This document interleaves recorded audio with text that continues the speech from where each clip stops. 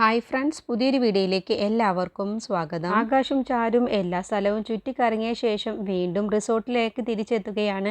അങ്ങനെ ചാരു പെട്ടെന്ന് തന്നെ റൂമിലേക്ക് പോകാൻ ഒരുങ്ങുന്ന സമയത്ത് ആകാശം മനസ്സിൽ ചിന്തിക്കുകയാണ്, എന്താ ചാരു പെട്ടെന്ന് റൂമിലേക്ക് പോകുന്നത്? ചാരു റൂമിലെത്തുന്നതിൻ്റെ മുന്നേ തന്നെ എനിക്ക് റൂമൊക്കെ ഒന്ന് അലങ്കരിക്കണം, അതിനെ ചാരുവിനെ ഇവിടെ കുറച്ച് നേരം പിടിച്ചു നിർത്തിയേ മതിയാവൂ എന്ന് മനസ്സിൽ ചിന്തിച്ചുകൊണ്ട് ചാരുവിനോട് പറയാണ്, കാക്കോത്തി നീ എവിടേക്കാണ് ഓടിപ്പോകുന്നത്?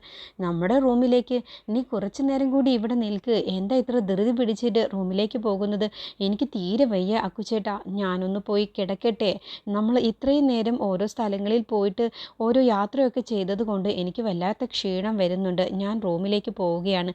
അതെ ശരി കാക്കോത്തി, റൂമിലേക്ക് പോവാം, നീ ഒരു 5 മിനിറ്റ് ഇവിടെ നിൽക്ക്, നമുക്ക് ഈ പാർക്കിൽ കുറച്ചു നേരം ഇരുന്നിട്ട് പോവാം എന്ന് പറഞ്ഞ് നിർബന്ധിച്ച് ചാരുവിനെ അവിടെയുള്ള പാർക്കിലേക്ക് കൊണ്ടുപോവാണ്. എന്നിട്ട് അവിടെയുള്ള ഒരു ഊഞ്ഞാലയിൽ ഇരുത്താണ്. എന്നിട്ട് ആകാശ് ഇങ്ങനെ ആട്ടി കൊടുക്കുകയാണ് കേട്ടോ, ഊഞ്ഞാല ആട്ടി കൊടുക്കുകയാണ്. അപ്പോഴാണ് ഇത് കണ്ടും കൊണ്ട് ശ്രേയ വരുന്നത്. അങ്ങനെ ആകാശ് ചാരുവിനെ ഊഞ്ഞാല ആട്ടി കൊടുക്കുന്നതൊക്കെ കണ്ടപ്പോൾ ചാരുവിനെ ആകാശ് സ്നേഹിക്കുന്നത് കാണുമ്പോൾ ശ്രേയയ്ക്ക് അത് ഒട്ടും തന്നെ സഹിക്കുന്നില്ല. അങ്ങനെ ശ്രേയ അവർ കാണാതെ മറിഞ്ഞു നിൽക്കുകയാണ്. ആകാശ് ചാരുവിനോട് പെരുമാറുന്നതും ആകാശ് ചാരുവിനെ സ്നേഹിക്കുന്നതൊക്കെ കണ്ട് സഹിക്കാൻ കഴിയാതെയാണ് ശ്രേയ അവിടെ നിൽക്കുന്നത്. അപ്പോഴാണ് ഒരു പെൺകുട്ടി ഓടി വരുന്നത്, ഞാൻ മരിക്കുകയാണ്, എന്നെ പിടിക്കേണ്ട, എന്നെ തടയേണ്ട, ഞാൻ മരിക്കുകയാണ്, ഇനി എനിക്ക് ജീവിക്കേണ്ട എന്ന് പറഞ്ഞ് കരഞ്ഞുകൊണ്ട് ഓടിപ്പോവാണ്. അപ്പോൾ പെട്ടെന്ന് ചാരുവും ആകാശും ശ്രേയയൊക്കെ എന്താ ഈ പെൺകുട്ടി ഈ പറയുന്നത് എന്ന് നോക്കുക കേട്ടോ. അങ്ങനെ ചാരുവും ആകാശും കൂടി ആ പെൺകുട്ടി മരിക്കാൻ പോവുകയാണ്, ഇനി എനിക്ക് ജീവിക്കേണ്ട എന്ന് പറഞ്ഞ് ഓടിപ്പോകുമ്പോൾ അവരും പുറകെ തന്നെ ഓടുകയാണ്. ഒപ്പം അതിൻ്റെ ഭർത്താവും ഓടുന്നുണ്ട് കേട്ടോ. നീ എന്താ ഈ കാണിക്കുന്നത്, നീ ഒന്ന് അവിടെ നിൽക്ക് എന്നൊക്കെ പറഞ്ഞ് അയാൾ തടയാനൊക്കെ ശ്രമിക്കുമ്പോഴും ആ പെൺകുട്ടി ഇല്ല, ഞാൻ മരിക്കുകയാണ്, ഇനി എനിക്ക് ജീവിക്കേണ്ട, നീ എന്നെ ചതിച്ചു എന്നൊക്കെ പറഞ്ഞിട്ടാണ് ആ പെൺകുട്ടി ഓരോന്ന് പറഞ്ഞു മരിക്കാൻ വേണ്ടി ഓടിപ്പോകുന്നത്. അപ്പോൾ ചാരുവും ആകാശവും ഒപ്പം തന്നെ പുറകെ ഓടിപ്പോവാണ്.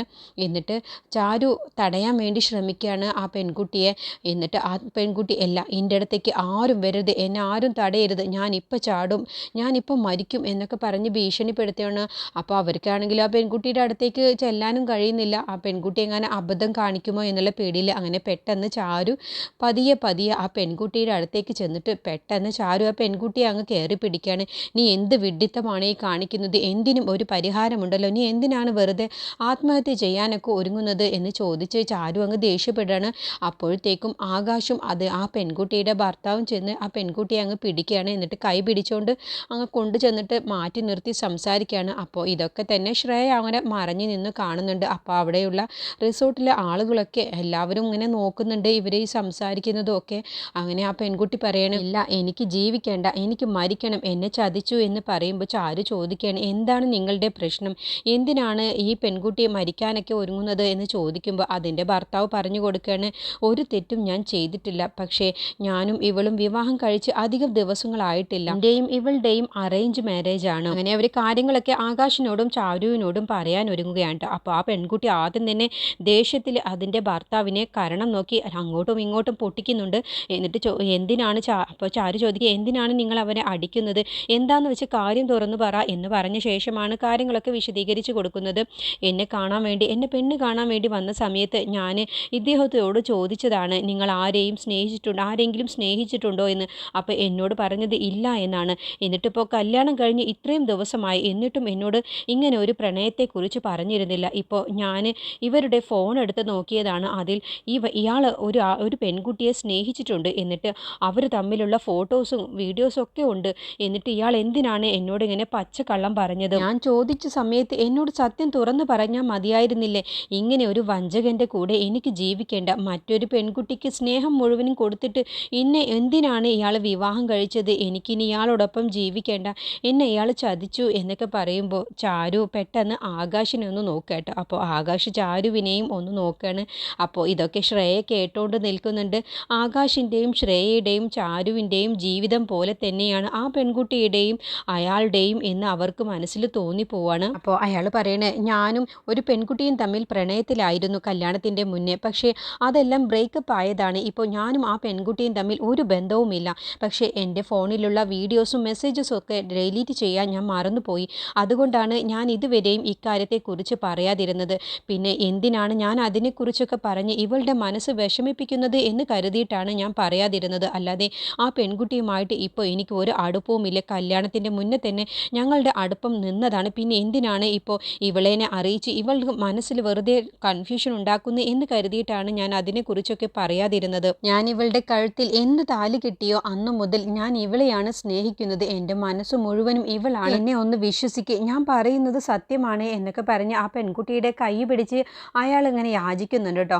അപ്പോഴേക്ക് ആ പെൺകുട്ടി കൈ തട്ടി മാറ്റണേ, നിങ്ങൾ പറയുന്നത് പച്ചക്കള്ളമാണ്, എനിക്ക് വിശ്വാസമില്ല. അല്ല, ഞാൻ പറയുന്നത് സത്യമാണ്, നീ എന്നെ ഒന്ന് വിശ്വസിക്കുക. എൻ്റെ ജീവിതകാലം മുഴുവനും എൻ്റെ മരണം വരെയും നീയാണ് എന്നോടൊപ്പം വേണ്ടത്, നീയാണ് എൻ്റെ ഭാര്യയായി ജീവിക്കേണ്ടത് എന്നൊക്കെ പറയുമ്പോൾ ആ പെൺകുട്ടി അത് കേൾക്കാൻ കൂട്ടാക്കാതെ നിൽക്കുമ്പോൾ ആകാശ് പറയണേ, സഹോദരി, നിങ്ങൾ നിങ്ങളുടെ ഭർത്താവ് പറയുന്നതൊന്ന് വിശ്വസിക്കുക. ഇയാളുടെ സംസാരം കേൾക്കുമ്പോൾ ഇയാൾ പറയുന്നതിലും ആത്മാർത്ഥതയുണ്ട്. നിങ്ങളെ തന്നെയാണ് ഇപ്പോൾ മനസ്സ് നിറഞ്ഞ് ഇയാൾ സ്നേഹിക്കുന്നത്. ഇയാളുടെ പെരുമാറ്റവും എല്ലാം തന്നെ നിങ്ങളോടുള്ള സ്നേഹവും കരുതലും കാണുന്നുണ്ട്. ഇയാൾ പറയുന്നത് സത്യമായിട്ടാണ് തോന്നുന്നത് എന്ന് പറഞ്ഞപ്പോൾ ആ പെൺകുട്ടി പറയണേ, എല്ലാവർക്കും ഉപദേശിക്കാൻ എളുപ്പമാണ്, പക്ഷേ എനിക്കിപ്പോൾ ഇവനെ കാണുമ്പോൾ തന്നെ ഇവൻ്റെ പ്രണയവും ഇവൻ ആ പെൺകുട്ടിയുമായി സ്നേഹിച്ചതിനെ കുറിച്ചൊക്കെയാണ് എനിക്ക് ഓർമ്മ വരുന്നത്. എൻ്റെ മനസ്സിൽ നിന്നും അതിനെക്കുറിച്ചുള്ള ചിന്തകളാണ് വരുന്നത്. എന്നെ ചതിച്ചു എന്നാണ് എൻ്റെ മനസ്സിൽ ഇവനെ കാണുമ്പോൾ തോന്നുന്നത്. ആ വേദന എന്താണെന്നുള്ളത് അത് അനുഭവിക്കുന്നവർക്കാണ് മനസ്സിലാവൂ. അപ്പോൾ ചാരു പറയണേ, നീ പറയുന്നതൊക്കെ ശരി തന്നെയാണ്, അനുഭവിക്കുന്നവർക്ക് തന്നെയാണ് മനസ്സിലാവൂ, അതൊക്കെ ശരിയാണ്. പക്ഷേ നീ പറയുന്നതിന് പിന്നെ എന്ത് തീരുമാനമാണ് എടുക്കേണ്ടത് എന്ന് ചോദിച്ചപ്പോൾ ആ പെൺകുട്ടി പറയണേ, ഞാൻ ചോദിക്കുന്നത് കൊണ്ട് നിങ്ങൾ തെറ്റായിട്ടൊന്നും എടുക്കരുത്. എൻ്റെ സ്ഥാനത്ത് നിങ്ങളായിരുന്നെങ്കിലോ നിങ്ങളുടെ ഭർത്താവിന് ഇതുപോലെ കല്യാണത്തിൻ്റെ മുന്നേ ഒരു പെൺകുട്ടിയുമായിട്ട് പ്രണയത്തിലായിരുന്നെങ്കിൽ അതിനെക്കുറിച്ചുള്ള സത്യം നിങ്ങൾ അറിഞ്ഞാൽ പിന്നെ നിങ്ങൾ എന്താണ് തീരുമാനിക്കുക? നിങ്ങൾ അതെല്ലാം സഹിച്ച് ഇവരോടൊപ്പം നിങ്ങൾ ജീവിക്കുമോ, അതോ നിങ്ങൾ എന്ത് തീരുമാനമാണ് എടുക്കുക? എന്നെ പോലെ പ്രശ്നമുണ്ടാക്കാനും മരിക്കാനുമാണോ ഒരുങ്ങുക എന്ന് ചോദിച്ചതോടുകൂടി ആകാശും ചാരുവും ശ്രേയയും ഒക്കെ ഇങ്ങനെ ഞെട്ടലോട് കൂടി നിൽക്കുകയാണ്. അവരുടെ ജീവിതത്തിൽ ഉണ്ടായിക്കൊണ്ടിരിക്കുന്ന സംഭവം തന്നെയാണ് ഈ പെൺകുട്ടി ഇപ്പോൾ പറയുന്നതും ചോദിക്കുന്നതും എന്നുള്ള ചിന്തയോട് കൂടി നിങ്ങൾ എന്താ ഒന്നും മിണ്ടാതെ നിൽക്കുന്നത്? ഞാൻ ചോദിച്ച ഈ ചോദ്യത്തിന് നിങ്ങൾ ഉത്തരം പറയും. നിങ്ങൾ എന്ത് ചെയ്യും? നിങ്ങൾ ഇവരോടൊപ്പം ജീവിക്കുമോ അതോ നിങ്ങൾ ആത്മഹത്യ ചെയ്യുമോ എന്ന് ചോദിച്ചപ്പോൾ ചാരു പറയണ, ഞാൻ രണ്ടും ചെയ്യില്ല. എൻ്റെ ഭർത്താവിൻ്റെ മനസ്സിൽ അങ്ങനെ ഒരു പെൺകുട്ടിയോട് എൻ്റെ കല്യാണത്തിൻ്റെ മുന്നേ അങ്ങനെ ഒരു അടുപ്പം ഉണ്ടായിരുന്നെങ്കിൽ ഞാൻ എൻ്റെ ഭർത്താവിനെ ആ പെൺകുട്ടിയും ഒത്ത് ജീവിക്കാനാണ് ഞാൻ നോക്കുകയുള്ളൂ. അവരെ രണ്ടുപേരെയും ഒരുമിപ്പിക്കാനാണ് ഞാൻ നോക്കുകയുള്ളൂ. അവരെ രണ്ടുപേരെയും ഒരുമിപ്പിച്ച് ഞാൻ അവരുടെ ജീവിതത്തിൽ നിന്നും എന്നേക്കുമായി സന്തോഷത്തോടു കൂടി ഇറങ്ങിപ്പോകുമെന്ന് പറഞ്ഞപ്പോൾ ആ പെൺകുട്ടി പറയണേ, ഇതൊക്കെ നിങ്ങൾ വെറുതെ പറയുന്നതല്ലേ, ഇതൊന്നും ഒരിക്കലും ഒരു പെണ്ണും ചെയ്യില്ല എന്ന് പറയുമ്പോൾ, ഇല്ല, ഞാൻ സത്യമായിട്ടാണ് ഈ പറയുന്നത്. ഞാൻ നിനക്ക് വേണ്ടിയല്ല ഈ പറയുന്നത്, എനിക്ക് വേണ്ടിയാണ്. ഞാൻ അവരെ രണ്ടുപേരെയും ഒരുമിപ്പിക്കും. ഞാൻ അവരെ രണ്ടുപേരെയും ചേർത്ത് വെച്ച് അവരെ രണ്ടുപേരെയും സന്തോഷത്തോടു കൂടി ജീവിക്കാനാണ് ഞാൻ അവരുടെ ജീവിതത്തിൽ നിന്നും എന്നേക്കുമായി പടിയിറങ്ങിപ്പോവും. ഇത് എൻ്റെ കഴുത്തിൽ എൻ്റെ ഭർത്താവ് കിട്ടിയ ഈ താലി തൊട്ട് സത്യം ചെയ്യുന്നു എന്ന് പറഞ്ഞത് കേട്ടപ്പോൾ ശ്രേയയും ആകാശമൊക്കെ ഞെട്ടലോടുകൂടിയാണ് നിൽക്കുന്നത്. അപ്പോൾ ഇവർ രണ്ടുപേരും സംസാരിക്കുന്നതും അങ്ങനെ എല്ലാം തന്നെ ശ്രേയ അവിടെ മാറി നിന്ന് കേൾക്കുന്നുണ്ട്. അപ്പോൾ ചാരു ഈ പറയുന്നതൊക്കെ കേട്ട് ആകാശകാകെ ഞെട്ടി നിൽക്കണം. ചാരു, നീ ഒന്നും മിണ്ടാതിരിക്കുക എന്ന് ആകാശ് പറയണം. അവരുടെ ജീവിതം അവർ നോക്കിക്കോളും. നീ വാ ചാരു. അക്കുചേട്ട, കുറച്ചു നേരം ഇവിടെ നിൽക്ക്. അക്കുചേട്ടൻ ആരെനെങ്കിലും കല്യാണത്തിൻ്റെ മുന്നേ സ്നേഹിച്ചിരുന്നോ എന്ന് ചോദിച്ചപ്പോൾ പെട്ടെന്ന് ആകാശ് അങ്ങ് പതറുകയാണ്. എന്നിട്ട് ആകാശ് പറഞ്ഞു, ഇല്ല, ഞാൻ ആരെയും സ്നേഹിച്ചിട്ടില്ല. പിന്നെ എന്തിനാ അക്കുചേട്ടൻ ഇങ്ങനെ ടെൻഷൻ ആവുന്നത്? എന്തിനാ ചാരു വെറുതെ ആവശ്യമില്ലാത്ത കാര്യങ്ങളൊക്കെ സംസാരിക്കുന്നത്? എന്താ അക്കുചേട്ടാ, ഈ പെൺകുട്ടിയെ പറഞ്ഞു മനസ്സിലാക്കണ്ടേ? എന്നിട്ട് ചാരു പറയണേ, ഞാൻ നിന്നെ ആശ്വസിപ്പിക്കാൻ വേണ്ടി പറഞ്ഞതല്ല.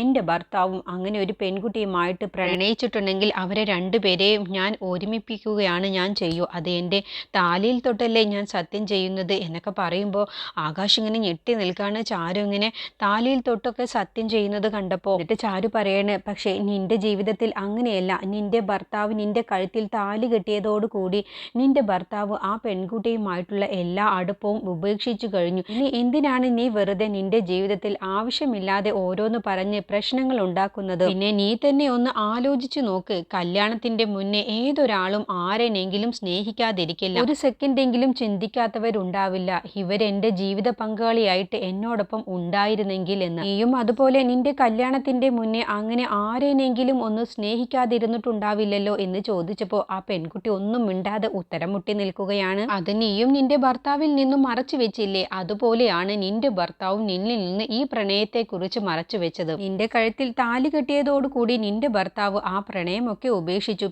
നിന്നെ ആത്മാർത്ഥമായിട്ട് സ്നേഹിക്കാൻ ഒരുങ്ങിയിരിക്കുന്നു. പിന്നെ എന്തിനാണ് വെറുതെ ഓരോന്ന് പറഞ്ഞ് കഴിഞ്ഞുപോയ കാര്യത്തെക്കുറിച്ച് ഓർത്ത് കഴിഞ്ഞുപോയ കാര്യങ്ങൾ പറഞ്ഞിങ്ങനെ വെറുതെ പ്രശ്നമുണ്ടാക്കുന്നത്? ജീവിതത്തിൽ പല കാര്യങ്ങളും അങ്ങനെ ഉണ്ടാവും. മറക്കേണ്ട മറക്കേണ്ടത് മറക്കണം, അല്ലാതെ അത് ജീവിതകാലം മുഴുവൻ ഓർത്ത് നടക്കുകയല്ല വേണ്ടത്. ചില കാര്യത്തിൽ നമുക്ക് മറക്കേണ്ടത് നമ്മൾ മറന്നേ പറ്റൂ. അങ്ങനെയാണെങ്കിൽ മാത്രമാണ് നമുക്ക് ജീവിതം മുന്നോട്ട് കൊണ്ടുപോകാൻ കഴിയൂ. ഞാൻ പറയാനുള്ളത് പറഞ്ഞു. ഇനി നിങ്ങൾക്ക് ജീവിക്കുകയോ മരിക്കുകയോ എന്ത് തീരുമാനം വേണമെങ്കിലും എടുക്കാം എന്ന് പറഞ്ഞുകൊണ്ട് ചാരു അവിടെ നിന്ന് ചാരുവും ആകാശം അങ്ങ് പോവുകയാണ്. അപ്പോൾ ആ പെൺകുട്ടിയും അയാളും കൂടി സംസാരിക്കുകയാണ്. എന്നെ ഒന്ന് മനസ്സിലാക്ക്, ഞാൻ നിന്റെ കഴുത്തിൽ താലി കെട്ടിയതോടുകൂടി എൻ്റെ പ്രണയമൊക്കെ ഞാൻ ഉപേക്ഷിച്ചതാണ്. എനിക്കിപ്പോൾ നിന്നെയാണ് ഞാൻ ആത്മാർത്ഥമായി സ്നേഹിക്കുന്നത്. എൻ്റെ മരണം വരെയും നീ എൻ്റെ പങ്കാളിയായി ഉണ്ടാവണം എന്നൊക്കെ പറഞ്ഞ് ആ പെൺകുട്ടിയെ ആ പയ്യൻ അങ്ങ് ചേർത്ത് പിടിക്കുകയാണ്. അങ്ങനെ രണ്ടുപേരും കൂടി മരിക്കാൻ ഒരുങ്ങിയ ആ പെൺകുട്ടിയുടെ മനസ്സ് ചാരു മാറ്റിയെടുത്ത് രണ്ടുപേരും കൂടി സന്തോഷത്തോടു കൂടി ജീവിക്കാൻ തീരുമാനിക്കുകയാണ്. അങ്ങനെ വലിയ ഒരു പ്രശ്നം തന്നെയാണ് ചാരു സംസാരിച്ച് ഒത്തുതീർപ്പാക്കി കൊടുക്കുന്നത്. അപ്പോൾ ഇതൊക്കെ കണ്ടുകൊണ്ട് നിൽക്കുന്ന ശ്രേയ ഇതൊക്കെ കണ്ടുകൊണ്ട് നിൽക്കുകയാണ്. അപ്പോൾ അതൊന്നും ഒട്ടും തന്നെ ശ്രേയയ്ക്ക് പിടിക്കുന്നില്ല. അങ്ങനെ ശ്രേയ അവിടെ നിന്ന് മാറി നിന്ന് ആകാശും ചാരുവും എവിടേക്കാണ് പോകുന്നത്, എന്താണ് ചെയ്യുന്നത് എന്നൊക്കെ ഇങ്ങനെ നിരീക്ഷിച്ചുകൊണ്ടേ ഇരിക്കുകയാണ്. അങ്ങനെ ചാരുവും ആകാശും മാറി നിന്നിട്ട് ചാരുവിനോട് ആകാശ് പറയണേ, ചാരു, എനിക്ക് നിന്നോടൊരു കാര്യം പറയാനുള്ളത്. ഇനി നീ എന്തിൻ്റെ പേരിലാണെങ്കിലും ശരി താലിയിൽ തൊട്ട് നീ ഒരിക്കലും സത്യം ചെയ്യരുത്. അതെനിക്ക് സഹിക്കാൻ കഴിയില്ല. മരിക്കാൻ പോയ പെൺകുട്ടിക്ക് ജീവിതം തിരിച്ചു കൊടുത്തത് അതൊക്കെ നല്ല കാര്യം തന്നെയാണ്. പക്ഷേ ഇനി എന്തിൻ്റെ പേരിലാണെങ്കിലും ശരി നീ താലിയിൽ തൊട്ട് ഇനി ഇങ്ങനെയുള്ള സത്യങ്ങളൊന്നും ചെയ്യല്ലേ എന്നൊക്കെ പറയുമ്പോൾ ആകാശിനെ ചാരു ഇങ്ങനെ നോക്കുകയാണ്. എന്നിട്ട് ആകാശ് ചാരുവിനോട് അവിടെ ഇരിക്കാൻ പറയണേ, നിനക്ക് ഞാനൊരു ചൂടുള്ള ചായ ഓർഡർ ചെയ്യാമെന്ന് പറഞ്ഞു ഒരു ഗ്ലാസ് ചായയുമായിട്ട് ആകാശ് ചാരുവിൻ്റെ അടുത്തേക്ക് വരികയാണ്. അപ്പോൾ എനിക്ക് വേണ്ട അക്കുച്ചേട്ടാ എന്ന് പറയുമ്പോൾ അത് പറ്റില്ല, നിനക്ക് നല്ല ക്ഷീണമുണ്ട് എന്നല്ലേ പറയുന്നത്, ഈ ചൂട് ചായ നീ കുടിക്കുക, അപ്പോഴത്തേക്കും ഞാൻ 10 മിനിറ്റിനുള്ളിൽ നമ്മുടെ റൂമിലൊന്ന് പോയിട്ട് ഇപ്പോൾ വരാം, അതുവരെ നീ അവിടേക്ക് വരരുത് എന്ന് പറയുമ്പോൾ എന്തിനാണ് അക്കുച്ചേട്ടാ, ഞാൻ പറയുന്നത് കേൾക്ക്, ഞാൻ പറയാതെ നീ അവിടേക്ക് വരരുത്, ഞാൻ പറയും ആ സമയത്ത് മാത്രമേ നീ റൂമിലേക്ക് വരാൻ പാടൂ, ഞാൻ നിന്നെ ഇവിടെ നിന്ന് കൊണ്ടുപോയിക്കോളാം റൂമിലേക്ക്, അതുവരെ നീ ഇവിടെ തന്നെ ഇരിക്കണം എന്ന് പറഞ്ഞ് ആകാശ് പെട്ടെന്ന് തന്നെ റൂമിലേക്ക് ചെല്ലാൻ കേട്ടോ. അപ്പോൾ ഇതൊക്കെ ഇങ്ങനെ കണ്ടുകൊണ്ട് ശ്രേയ നിൽക്കുന്നുണ്ട്. എന്നിട്ട് ചാരു ഇരിക്കുന്ന ആ ഭാഗത്തേക്ക് ശ്രേയ ഇങ്ങനെ നടന്നു വരികയാണ്. ചാരു ആണെങ്കിലോ ശ്രേയയെ കാണുന്നതുമില്ല. അപ്പോഴത്തേക്കും ആകാശ് റൂമിൽ ചെന്ന് അവിടെ ഇരിക്കുന്ന കാര്യങ്ങളൊക്കെ എടുക്കുകയാണ്, പൂക്കളും എല്ലാം എടുക്കുകയാണ്. എന്നിട്ട് ആകാശ് അവിടെയൊക്കെ ഡെക്കറേറ്റ് ചെയ്യണം. എന്നിട്ട് റൂം നല്ല ഭംഗിയായിട്ട് മണിയറ ഒരുക്കുന്നത് പോലെ തന്നെ ആകാശ് റൂം മൊത്തത്തിൽ അങ്ങ് ഡെക്കറേറ്റ് ചെയ്യാൻ കേട്ടോ. അപ്പോഴേക്ക് ചാരു ഇങ്ങനെ കാത്തു നിൽക്കുകയാണ്, എന്താണ് അക്കുച്ചേട്ടൻ വരാത്തത്, കുറേ നേരമായല്ലോ, അക്കുച്ചേട്ടൻ കാണുന്നില്ല, അക്കുച്ചേട്ടൻ എന്താണ് റൂമിൽ ചെയ്യുന്നത് എന്നൊക്കെ ചിന്തിച്ച് നിൽക്കുകയാണ് കേട്ടോ. അപ്പോഴത്തേക്കും ശ്രേയ അവിടേക്ക് ചെല്ലുകയാണ്. എന്നിട്ട് ശ്രേയ പതിയെ ഇങ്ങനെ നോക്കുകയാണ്, ഒളിഞ്ഞു നോക്കുകയാണ് ആകാശ് എന്താണ് റൂമിൽ കാണിക്കുന്നത് എന്ന് കാണാൻ വേണ്ടി.